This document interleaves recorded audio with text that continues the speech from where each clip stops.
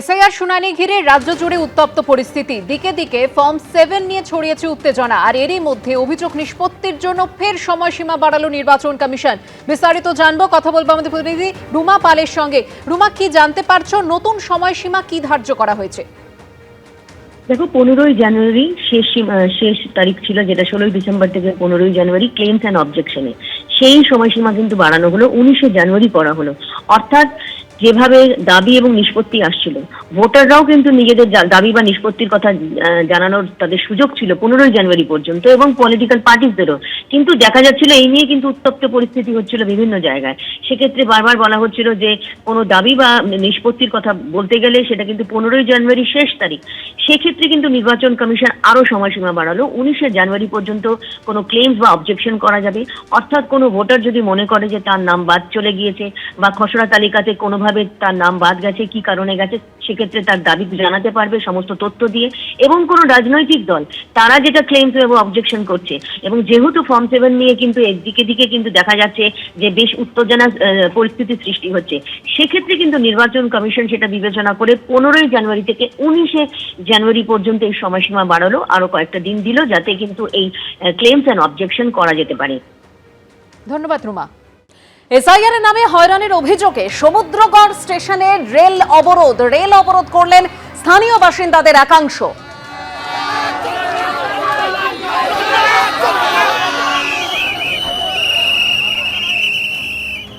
Rail স্টেশনে প্রবল বিক্ষোভ দেখান স্থানীয় বাসিন্দারা। ডাউন হাওড়া কাটোয়া লোকাল আটকে অবরোধ স্থানীয়দের।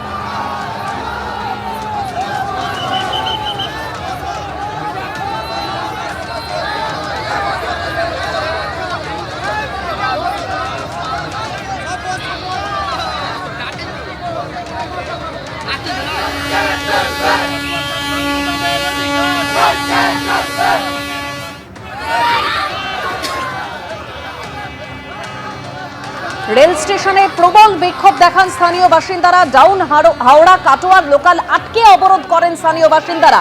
পরে জিআরপি ও আরপিএফ এর আশ্বাসে রেল অবরোধ উঠে যায়। এসআইআর এর নামে হয়রানির অভিযোগে সমুদ্রগড় স্টেশনে রেল অবরোধ স্থানীয় বাসিন্দাদের।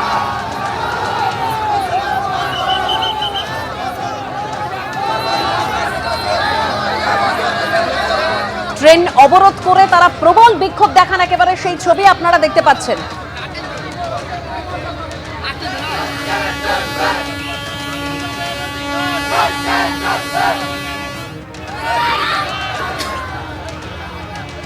এর আগে বিভিন্ন জায়গায় বিক্ষোভ দেখিয়েছেন স্থানীয় বাসিন্দারা, রাস্তা অবরোধ করে তারা বিক্ষোভ দেখিয়েছেন। তারা দাবি করেছেন এসআইআর এর নামে হয়রানি করা হচ্ছে। আর এবার সমুদ্রগড় রেল স্টেশনের ছবি আপনারা দেখতে পাচ্ছেন, যেখানে রেল অবরোধ করে স্থানীয় বাসিন্দাদের একাংশ তারা বিক্ষোভ দেখান। পরে জিআরপি ও আরপিএফ এর আশ্বাসে রেল অবরোধ উঠে যায়। সমুদ্রগড় স্টেশন যেখানে রেল অবরোধ করেন স্থানীয় বাসিন্দারা, সেই ছবি আপনারা দেখতে পাচ্ছেন। তারা বিক্ষোভ দেখান।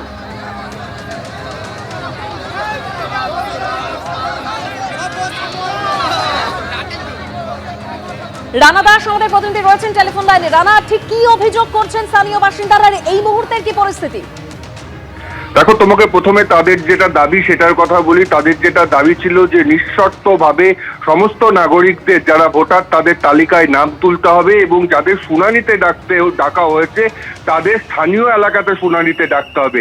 সেই দিয়েই কিন্তু প্রতিবাদ এবং অবরোধ, এবং একেবারে 7:30 থেকে দেখা যায় যে কাটোয়া হাওড়া লাইনের যে সমুদ্রগড় স্টেশন, সেই স্টেশনের কাছেই কিন্তু স্থানীয় মানুষ এবং স্থানীয় ভোটার যারা রয়েছে তারা এসে অবরোধ শুরু করে, এবং তার ফলে লোকাল যে ট্রেন সেই ট্রেন আটকে যায়, এবং এরপরে প্রশাসন সেখানে এসে পৌঁছায়, রেল পুলিশ সেখানে আসে, স্থানীয় প্রশাসন সেখানে আসে, তাদের আশ্বাস দেয়। এবং বিক্ষোভকারীদের দাবি ছিল যে একেবারে ঊর্ধ্বতন কর্তৃপক্ষকে এই বিষয়গুলো বলতে হবে, এবং যদি এর পরেও তাদের দাবি মেনে না নেওয়া হয়, অর্থাৎ এসআইআরে সবার নাম তোলা না হয়, তাহলে কিন্তু এই অবরোধ চলবে।